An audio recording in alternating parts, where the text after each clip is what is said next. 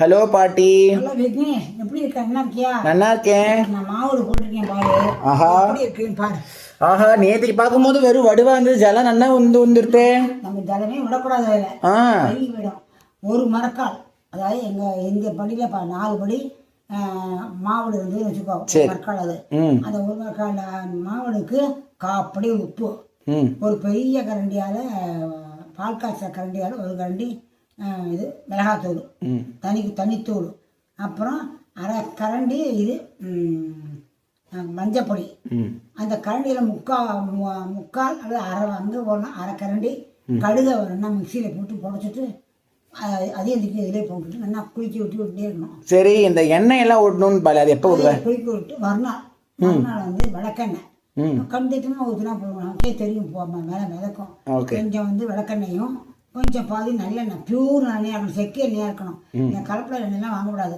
Pure செக்கு எண்ணெய் வாங்கி கொஞ்சமாக விட்டுட்டு அதை வந்து கிட்டத்தட்ட ஒரு அரை கரண்டி விடலான்னு வச்சுக்கோங்க. அதை அரை கரண்டி விட்டுட்டு நல்லா குளிக்க தினமும் 3 தடவை நல்லா குளிக்கணும். குளிக்க விட்டா சரி. அந்த 2-3 நாள்லேயே அப்படியே ஊறிட்டு அப்படியே ஜலம் மேலே கோத்துன்னு வந்துடும். தண்ணி எண்ணெய் ஊற்றக்கூடாது.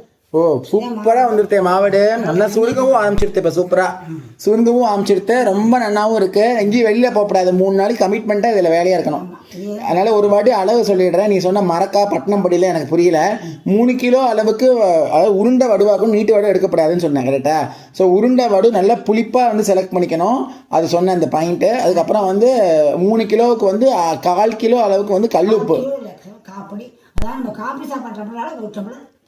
அது வந்து 200 கிராம் இருக்காதா? அப்போ 200 கிராம் கொஞ்சம் கும்பாரமாக எடுத்துக்கிறோமா? சரி, 200 கிராம் கும்பாரமாக உப்பு, கல் உப்பு, ஒரு நல்ல குழம்பு கரண்டியால் ஒரு கரண்டி நல்லா வந்து தனி மிளகா பொடி, அதுலேயே அரை கரண்டி அளவுக்கு வந்து மஞ்சள் பொடி, அதுலேயே அரை கரண்டி அளவுக்கு நல்ல சுத்தமான விளக்கெண்ணெய் ஆறு நல்லெண்ணெய். அப்புறமா அது என்ன சொன்னால் கடுகு அரைச்சிக்கணும் இல்லையா? மிக்ஸ் முக்கால் கரண்டி எடுத்துட்டு நல்லா அரைச்சிட்டு அதெல்லாம் மிக்ஸ் பண்ணிவிட்டு ஒரு நாளைக்கு 3 தபா, கார்த்தால ஒரு வாட்டி, மத்தியானம் வாட்டி, ராத்திரி ஒரு வாட்டி குளிக்கிட்டே இருந்தேன்னா நல்லா ஜலம் விட்டுட்டு சூப்பராக வந்து பாட்டியோட மெத்தடில் ஜம்மன் ரெடியாக எடுத்தேன். ஸோ காமிச்சிட்டே இருக்கேன், எல்லாரும் பார்த்துட்டே இருக்கா. உங்களுக்கு நாக்கில் ஜலம் ஊறிண்டே இருக்கு. ஸோ போடுறவாலும் போடலாம் இல்லையா? ஓ, சூப்பர் பாட்டி. சூப்பராக இருக்குது, பார்க்கவே ஜோராக இருக்குது. இந்த ரெசிபி ஷேர் பண்ணதுக்கு ரொம்ப தேங்க்ஸ். வியூவர்ஸ்லாம் ரொம்ப சந்தோஷப்படுவா. தேங்க்யூ பாட்டி.